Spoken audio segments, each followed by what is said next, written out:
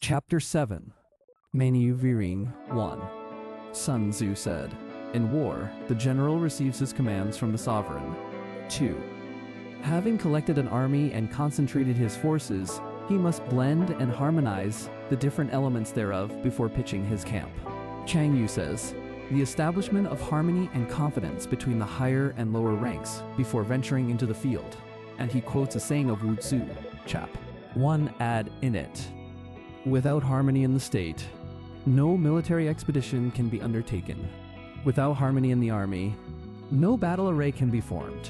In an historical romance, Sun Tzu is represented as saying to Wu Yuan, "As a general rule, those who are waging war should get rid of all the domestic troubles before proceeding to attack the external foe."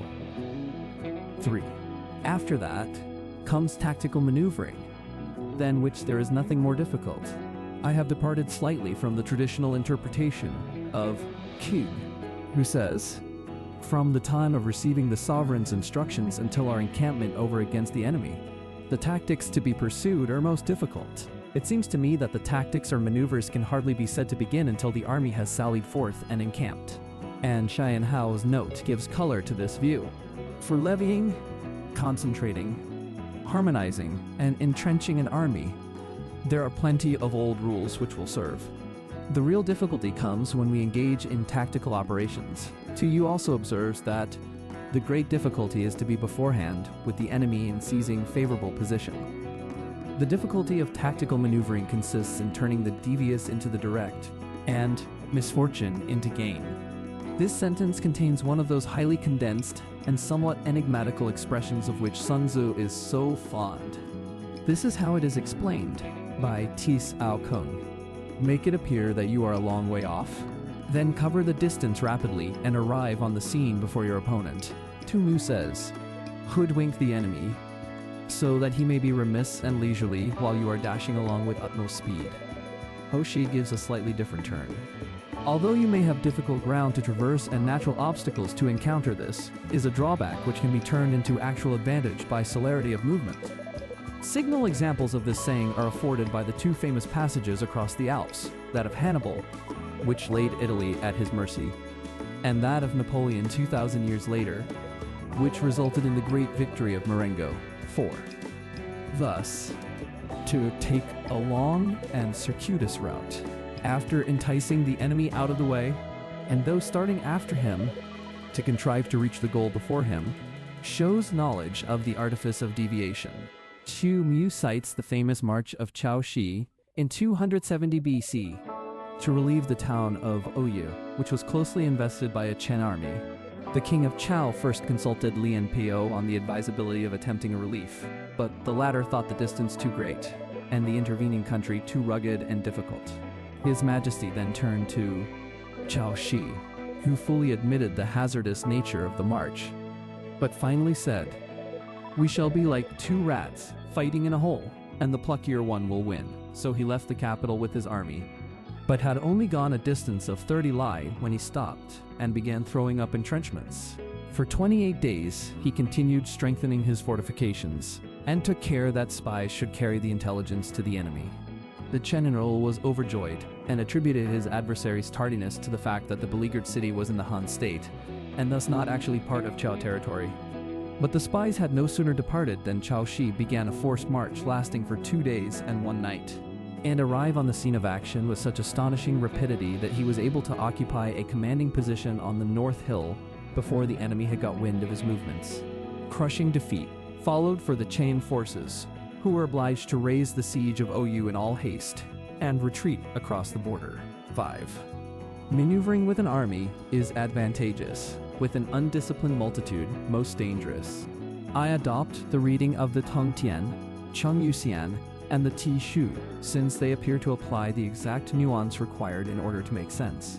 The commentators, using the standard text, take this line to mean that maneuvers may be profitable, or they may be dangerous. It all depends on the ability of the general. 6. If you set a fully equipped army in march in order to snatch an advantage, the chances are that you will be too late. On the other hand, to detach a flying column for the purpose involves the sacrifice of its baggage and stores. Some of the Chinese text is unintelligible to the Chinese commentators, who paraphrase the sentence. I submit my own rendering without much enthusiasm, being convinced that there is some deep-seated corruption in the text. On the whole, it is clear that Sun Tzu does not approve of a lengthy march being undertaken without supplies. Cf. Infra 11:7. Thus, if you order your men to roll up their buff coats and make forced marches without halting day or night, covering double the usual distance at a stretch, the ordinary day's march, according to Mu Nu, was 30 li. But on one occasion, when pursuing Liu Pei, Tie Ao said to have covered the incredible distance of 300 li within 24 hours, doing 100 li in order to wrest an advantage. The leaders of all your 3 divisions will fall into the hands of the enemy. 8. The stronger men will be in front, the jaded ones will fall behind, and on this plan only 1/10 of your army will reach its destination. The moral is, as Hao, Kung, and others point out, don't march 100 li to gain a tactical advantage, either with or without impedimenta. Maneuvers of this description should be confined to short distances. Stonewall Jackson said, "The hardships of forced marches are often more painful than the dangers of battle." He did not often call upon his troops for extraordinary exertions. It was only when he intended a surprise, or when a rapid retreat was imperative, that he sacrificed everything for speed. 1:9. If you march 50 li in order to outmaneuver the enemy, you will lose the leader of your first division, and only half your force will reach the goal. Literally, the leader of the first division will be torn away. 10. If you march 30 li with the same object, 2/3 of your army will arrive. In the Hung Tian is added. From this we may know the difficulty of maneuvering. 11. We may take it then that an army without its baggage train is lost. Without provisions it is lost. Without bases of supply it is lost. I think Sun Tzu meant stores accumulated in depots. But Tu Yu says fodder and the like. Chang Yu says goods in general. And Wang Xi says fuel, salt, foodstuffs, etc. 12. We cannot enter into alliances until we are acquainted with the designs of our neighbors. 13. We are not fit to lead an army on the march unless we are familiar with the face of the country, its mountains and forests, its pitfalls and precipices, its marshes and swamps. 14. We shall be unable to turn natural advantages to account unless we make use of local guides. 12-14 are repeated in chap. Xil I 52. 15. In war, practice dissimulation, and you will succeed. In the tactics of Turen, deception of the enemy, especially as to the numerical strength of his troops, took a very prominent position. 2. Move only if there is a real advantage to be gained. 16. Whether to concentrate or to divide your troops must be decided by circumstances. 17. Let your rapidity be that of the wind. The simile is doubly appropriate, because the wind is not only swift, but, as Mi Yao Qian points out, invisible and leaves no tracks. Your compactness, that of the forest. Meng Shi comes nearer to the mark in his note. When slowly marching, order and ranks must be preserved, so as to guard against surprise attacks. But natural forests do not grow in rows, whereas they do generally possess the quality of density or compactness. 18. In raiding and plundering be like fire. Qi Qing, IV. 3. Ev. 6. Fierce as a blazing fire which no man can check. In immovability like a mountain. That is, when holding a position from which the enemy is trying to dislodge you, or perhaps, as Tu Yu says, when he is trying to entice you into a trap. 19. Let your plans be dark and impenetrable as night, and when you move, fall like a thunderbolt. Yu quotes a saying of Tai Kung, which has passed into a proverb. You cannot shut your ears to the thunder or your eyes to the lighting, so rapid are they. Likewise, an attack should be made so quickly that it cannot be parried. 20. When you plunder a countryside, let the spoil be divided amongst your men. Sun Tzu wishes to lessen the abuses of indiscriminate plundering by insisting that all booty shall be thrown into a common stock, which may afterwards be fairly divided amongst all. When you capture new territory, cut it up into allotments for the benefit of the soldiery. And Hao says, quarter your soldiers on the land and let them sow and plant it. It is by acting on this principle and harvesting the lands they invaded that the Chinese have succeeded in carrying out some of their most memorable and triumphant expeditions, such as that of Pan Qiao, who penetrated to the Caspian, and in more recent years, those of Fujian and So Sung Ding. 21. Ponder and deliberate before you make a move. Chang Yu quotes Wei Liaozi as saying that we must not break camp until we have gained the resisting power of the enemy and the cleverness of the opposing general. EF. The 7 comparisons in I. 13. 22. He will conquer who has learned the artifice of deviation. Isupra 3. 4. Such is the art of maneuvering. With these words, the chapter would naturally come to an end. But there now follows a long appendix, in the shape of an extract from an earlier book on war, now lost, but apparently extant at the time when Sun Tzu wrote. The style of this fragment is not noticeably different from that of Sun Tzu himself, but no commentator raises a doubt as to its genuineness. 23. The Book of Army Management says, it is perhaps significant that none of the earlier commentators give us any information about this work. Mei Yao Chen calls it an ancient military classic, and Wang Xi an old book on war. Considering the enormous amount of fighting that had gone on for centuries before Sun Tzu's time between the various kingdoms and principalities of China, it is not in itself improbable that a collection of military maxims should have been made and written down at some earlier period. On the field of battle, implied, though not actually in the Chinese. The spoken word does not carry far enough, hence the institution of gongs and drums. Nor can ordinary objects be seen clearly enough, hence the institution of banners and flags. 24. Gongs and drums, banners and flags, are means whereby the ears and eyes of the host may be focused on one particular point. Chang Yu says, if sight and hearing converge simultaneously on the same object, the evolutions of as many as 1,000,000 soldiers will be like those of a single man. 25. The host thus forming a single united body, is it impossible either for the brave to advance alone, or for the cowardly to retreat alone? Chuan Yu quotes a saying, equally guilty are those who advance against orders, and those who retreat against orders. Tu Mu tells a story in this connection of Wu Chai. When he was fighting against the Chis state, before the battle had begun, one of his soldiers, a man of matchless daring, sallied forth by himself, captured 2 heads from the enemy, and returned to camp. Wu Chai had the man instantly executed, whereupon an officer ventured to remonstrate, saying, this man was a good soldier, and ought not to have been beheaded. Wu Chai replied, I fully believe he was a good soldier, but I had him beheaded because he acted without orders. This is the art of handling large masses of men. 26. In night fighting, then, make much use of signal fires and drums, and in fighting by day, of flags and banners, as a means of influencing the ears and eyes of your army. And Hao alludes to Li Kuangpi's night ride to Hoyang at the head of 500 mounted men.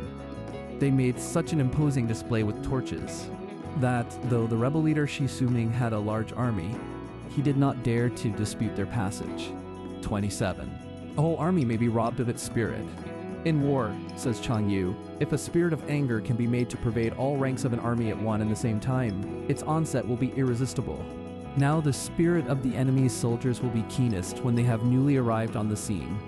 And it is therefore our cue not to fight at once, but to wait until their ardor and enthusiasm have worn off, and then strike. It is in this way that they may be robbed of their keen spirit. Li Chuan and others tell an anecdote to be found in the Zhouchuan, Year 10, 1, of Ta Kui, a protege of Duke Chuang of Lu. The latter state was attacked by Qi, and the Duke was about to join battle at Changzhou.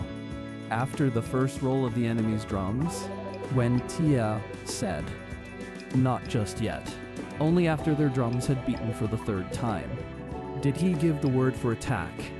Then they fought, and the men of Chai were utterly defeated. Questioned afterwards by the Duke as to the meaning of his delay, Tia Sao Kui replied, in battle, a courageous spirit is everything. Now the first roll of the drum tends to create this spirit, but with the second it is already on the wane, and after the third it is gone altogether. I attacked when their spirit was gone and ours was at its height, hence our victory. Wu chap. 4 puts spirit first among the 4 important influences in war, and continues. The value of a whole army, a mighty host of 1,000,000 men, is dependent on one man alone. Such is the influence of spirit. A commander-in-chief may be robbed of his presence of mind. Chang Yu says, presence of mind is the general's most important asset. It is the quality which enables him to discipline disorder and to inspire courage into the panic-stricken. The great General Li Qing, AD 571-649, has a saying, attacking does not merely consist in assaulting walled cities or striking at an army in battle array. It must include the art of assailing the enemy's mental equilibrium. 28. Now a soldier's spirit is keenest in the morning, always provided, I suppose, that he has had breakfast. At the Battle of the Trebia, the Romans were foolishly allowed to fight fasting, whereas Hannibal's men had breakfasted at their leisure. See Levi, Exetai, live. 8. Lv. 1 and 8. By noonday it has begun to flag, and in the evening his mind is bent only on returning to camp. 29. A clever general, therefore, avoids an army when its spirit is keen, but attacks it when it is sluggish and inclined to return. This is the art of studying moods. 30. Disciplined and calm, to await the appearance of disorder and hubbub amongst the enemy. This is the art of retaining self-possession. 31. To be near the goal while the enemy is still far from it. To wait at ease while the enemy is toiling and struggling. To be well fed while the enemy is famished. This is the art of husbanding one's strength. 32. To refrain from intercepting an enemy whose banners are in perfect order. To refrain from attacking an army drawn up in calm and confident array. This is the art of studying circumstances.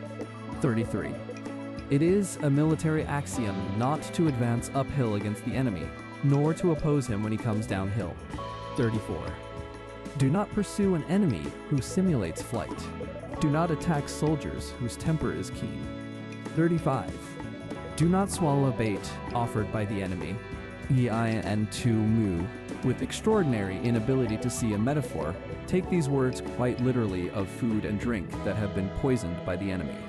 Yin Hao and Chang Yu carefully point out that the saying has a wider application. Do not interfere with an army that is returning home. The commentators explain this rather singular piece of advice by saying that a man whose heart is set on returning home will fight to the death against any attempt to bar his way, and is therefore too dangerous an opponent to be tackled. Chang Yu quotes the words of Han Xin, "Invincible is the soldier who hath his desire and returneth homewards." A marvelous tale is told of Tia Zhao's courage and resource in chapter 1 of the San Kuo Qi in 198 AD. He was besieging Changshu in Jiang when Lu Piao sent reinforcements with a view to cutting off Tia's retreat. The latter was obliged to draw off his troops, only to find himself hemmed in between 2 enemies, who were guarding each outlet of a narrow pass in which he had engaged himself. In this desperate plight, Tia waited until nightfall, when he bored a tunnel into the mountainside and laid an ambush in it. As soon as the whole army had passed by, the hidden troops fell on his rear, while Tia himself turned and met his pursuers in front, so that they were thrown into confusion and annihilated. Hao said Asad afterwards, "The brigands tried to check my army in its retreat, and brought me to battle in a desperate position.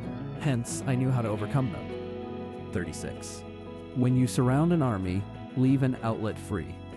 This does not mean that the enemy is to be allowed to escape. The object, as Tu Mu puts it, is to make him believe that there is a road to safety, and thus prevent his fighting with the courage of despair. Tu Mu adds pleasantly, "After that, you may crush him. Do not press a desperate foe too hard." And Hao quotes the saying, "Birds and beasts, when brought to bay, will use their claws and teeth," Chang Yu says. If your adversary has burned his boats and destroyed his cooking pots, and is ready to stake all on the issue of a battle, he must not be pushed to extremities. Hosha illustrates the meaning by a story taken from the life of Yan Cheng. That general, together with his colleague Tu Chongwei, was surrounded by a vastly superior army of Khitans in the year 945 AD. The country was bare and desert-like, and the little Chinese force was soon in dire straits for want of water. The wells they bored ran dry, and the men were reduced to squeezing lumps of mud and sucking out the moisture. Their ranks thinned rapidly, until at last Fu Yancheng exclaimed, "We are desperate men. Far better to die for our country than to go with fettered hands into captivity." A strong gale happened to be blowing from the northeast and darkening the air with dense clouds of sandy dust. Tu Chongwei was for waiting until this had abated before deciding on a final attack. But luckily, another officer, Li Shoucheng by name, was quicker to see an opportunity and said, "They are many and we are few, but in the midst of this sandstorm our numbers will not be discernible. Victory will go to the strenuous fighter, and the wind will be our best ally." Accordingly, Fu Yancheng made a sudden and wholly unexpected onslaught with his cavalry, routed the barbarians, and succeeded in breaking through to safety. 37. Such is the art of warfare. 1. See Kernan, Henderson, Op, Sit, Volume, I, P, 426. 2. For a number of maxims on this head, see Marshal Turenne, Longman's 1907, p. 29. Chapter 8. Variation of Tactics. The heading means literally the 9 variations, but as Sun Tzu does not appear to enumerate these, and as indeed, he has already told us, via 611, that such deflections from the ordinary course are practically innumerable, we have little option but to follow Wang Xi, who says that 9 stands for an indefinitely large number. All it means is that in warfare, we ought to vary our tactics to the utmost degree. I do not know what Tia Sao Kung makes these 9 variations out to be, but it has been suggested that they are connected with the 9 situations of Chapt. Ex evident. This is the view adopted by Chang Yu. The only other alternative is to suppose that something has been lost, a supposition to which the unusual shortness of the chapter lends some weight. 1. Sun Tzu said, "In war, the general receives his commands from the sovereign, collects his army, and concentrates his forces." Repeated from the 7th. 1. Where it is certainly more in place. It may have been interpolated here merely in order to supply a beginning to the chapter. 2. When in difficult country, do not encamp. In country where high roads intersect, join hands with your allies. Do not linger in dangerously isolated positions. The last situation is not one of the 9 situations as given in the beginning of chap. Excellent, but occurs later on. Ibid. 43. Q. V. Chang Yu defines this situation as being situated across the frontier in hostile territory. Li Chan says it is country in which there are no springs or wells, flocks or herds, vegetables or firewood. Xia Lin, one of gorges, chasms and precipices, without a road by which to advance. In hemmed-in situations, you must resort to stratagem. In a desperate position, you must fight. 3. There are roads which must not be followed, especially those leading through narrow defiles, says Li Xuan, where an ambush is to be feared, armies which must be not attacked. More correctly, perhaps, there are times when an army must not be attacked, Shen Hao says, when you see your way to obtain a rival advantage, but are powerless to inflict a real defeat, refrain from attacking, for fear of overtaxing your men's strength. Towns which must not be besieged. If the third, Fortia Ao Kung gives an interesting illustration from his own experience. When invading the territory of Fuchuchu, he ignored the city of Huapai, which lay directly in his path, and pressed on into the heart of the country. This excellent strategy was rewarded by the subsequent capture of no fewer than 14 important district cities. Chang Yu says, no town should be attacked which, if taken, cannot be held. If left alone, will not cause any trouble. Sun Ying, when urged to attack Paiyang, replied, "The city is small and well fortified. Even if I succeed in taking it, it will be no great feat of arms. Whereas, if I fail, I shall make myself a laughingstock." In the 17th century, sieges still formed a large proportion of war. It was Turenne who directed attention to the importance of marches, countermarches, and maneuvers. He said, "It is a great mistake to waste men in taking a town when the same expenditure of soldiers will gain a province. 1.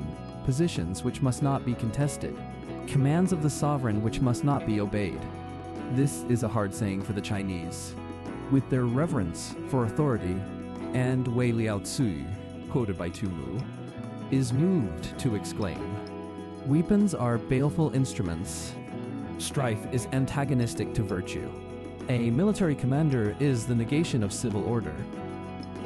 The unpalatable fact remains, however, that even imperial wishes must be subordinated to military necessity. 4. The general who thoroughly understands the advantages that accompany variation of tactics knows how to handle his troops. 5. The general who does not understand these may be well acquainted with the configuration of the country, yet he will not be able to turn his knowledge to practical account. Literally, get the advantage of the ground, which means not only securing good positions, but availing oneself of natural advantages in every possible way.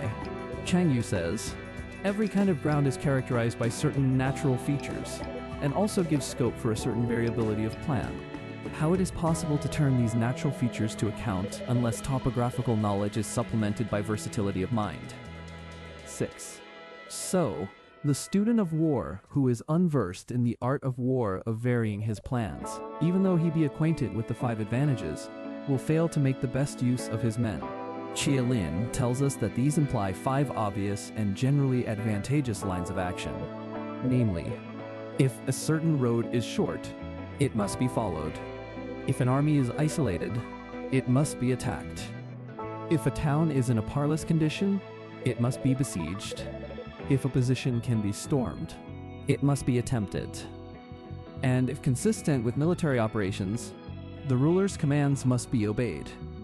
But there are circumstances which sometimes forbid a general to use these advantages. For instance, a certain road may be the shortest way for him, but if he knows that it abounds in natural obstacles, or that the enemy has laid an ambush on it, he will not follow that road.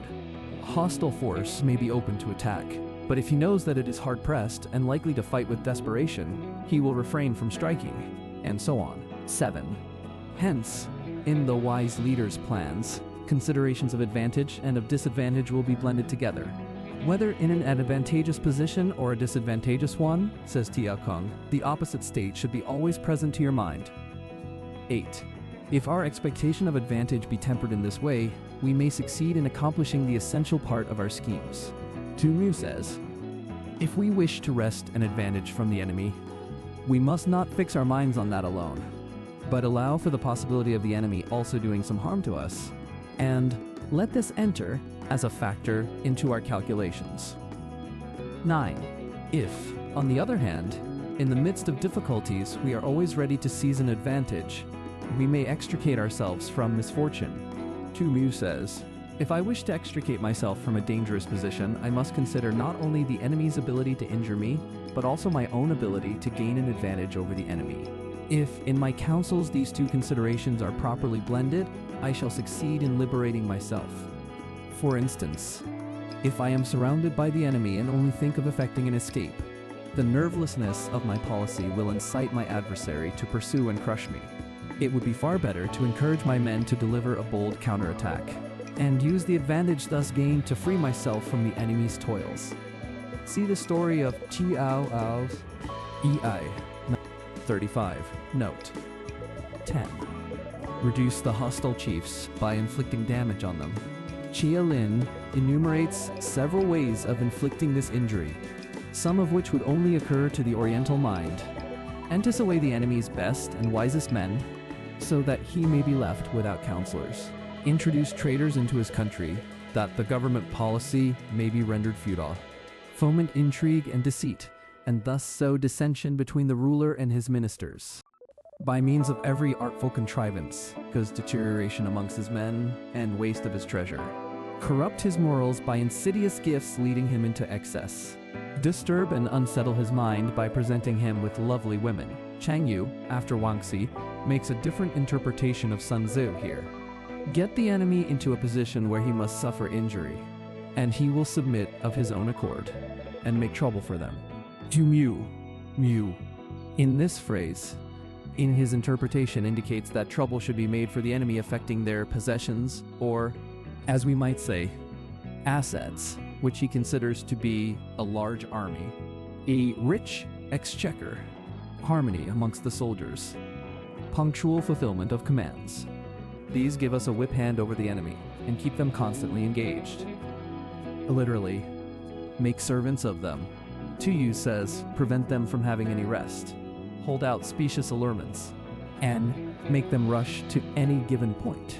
Meng Shi's note contains an excellent example of the idiomatic use of cause them to forget peen, the reasons for acting otherwise than on their first impulse, and hasten in our direction. 11. The art of war teaches us to rely not on the likelihood of the enemy's not coming, but on our own readiness to receive him, not on the chance of his not attacking, but rather on the fact that we have made our position unassailable. 12. There are 5 dangerous faults which may affect a general. 1. Recklessness, which leads to destruction. Bravery without forethought, as Ta Kung analyzes it, which causes a man to fight blindly and desperately like a mad bull. Such an opponent, says Cheng Yu, must not be encountered with brute force, but may be lured into an ambush and slain. Cf. at Wu Zu, Chap, IV. Add in it. In estimating the character of a general, men are wont to pay exclusive attention to his courage, forgetting that courage is only one out of many qualities which a general should possess. The merely brave man is prone to fight recklessly, and he who fights recklessly, without any perception of what is expedient, must be condemned. Summa Fa 2 makes the incisive remark, simply going to one's death does not bring about victory. 2. Cowardice, which leads to capture. Ao Kung defines the Chinese word translated here as cowardice as being of the man whom timidity prevents from advancing to seize an advantage, and Wang Xi adds, who is quick to flee at the sight of danger. Meng Shi gives the closer paraphrase, he who is bent on returning alive. This is, the man who will never take a risk. But, as Sun Tzu knew, nothing is to be achieved in war unless you are willing to take risks. Tai Kung said, he who lets an advantage slip will subsequently bring upon himself real disaster. In 404 AD, Lu Yu pursued the rebel Huan Xuan up the Yangtze and fought a naval battle with him at the island of Chengheng. The loyal troops numbered only a few thousands, while their opponents were in great force. But Huan Xuan, fearing the fate which was in store for him should be overcome, had a light boat made fast to the side of his war junk so that he might escape, if necessary, at a moment's notice. The natural result was that the fighting spirit of his soldiers was utterly quenched, and when the loyalists made an attack from windward with fire ships, all striving with the utmost ardor to be first in the fray, Huan Xuan's forces were routed, had to burn all their baggage, and fled for 2 days and nights without stopping. Chang Yu tells a somewhat similar story of Chao Ying Chai, a general of the Qin state, who during a battle with the army of Qiyu in 597 B.C. had a boat kept in readiness for him on the river, wishing, in case of defeat, to be the first to get across. 3. A hasty temper, which can be provoked by insults. Yu Mu tells us that Yao Xing, when opposed in 357 A.D. by Hong Mei, Tang Chang and others, shut himself up behind his walls and refused to fight. Tang Chang said, our adversary is of a choleric temper and easily provoked. Let us make constant sallies and break down his walls. Then he will grow angry and come out. Once we can bring his force to battle, it is doomed to be our prey. This plan was acted upon. Yao Xiang came out to fight, was lured as far as Sanyuan by the enemy's pretended flight, and finally attacked and slain. 4. A delicacy of honor which is sensitive to shame. This need not be taken to mean that a sense of honor is really a defect in a general. What Sun Tzu condemns is rather an exaggerated sensitiveness to slanderous reports, the thin-skinned man who is stung by opprobrium, however undeserved. Mei Yao Qin truly observes, though somewhat paradoxically, the seeker after glory should be careless of public opinion. 5. Over-solicitude for his men, which exposes him to worry and trouble. Here again, Sun Tzu does not mean that the general is to be careless of the welfare of his troops. All he wishes to emphasize is the danger of sacrificing any important military advantage to the immediate comfort of his men. This is a short-sighted policy because in the long run the troops will suffer more from the defeat, or at best, the prolongation of the war, which will be the consequence. A mistaken feeling of pity will often induce a general to relieve a beleaguered city, or to reinforce a hard-pressed detachment, contrary to his military instincts. It is now generally admitted that our repeated efforts to relieve Ladysmith in the South African War were so many strategical blunders which defeated their own purpose. And in the end, relief came through the very man who started out with the distinct resolve no longer to subordinate the interests of the whole to sentiment in favor of a part. An old soldier of one of our generals who failed most conspicuously in this war tried once, I remember, to defend him to me on the ground that he was always so good to his men. By this plea, had he but known it, he was only condemning him out of Sun Tzu's mouth. 13. These are the 5 besetting sins of a general, ruinous to the conduct of war. 14. When an army is overthrown and its leader slain, the cause will surely be found among these 5 dangerous faults. Let them be a subject of meditation. 1. Marshal Turenne, p. 50.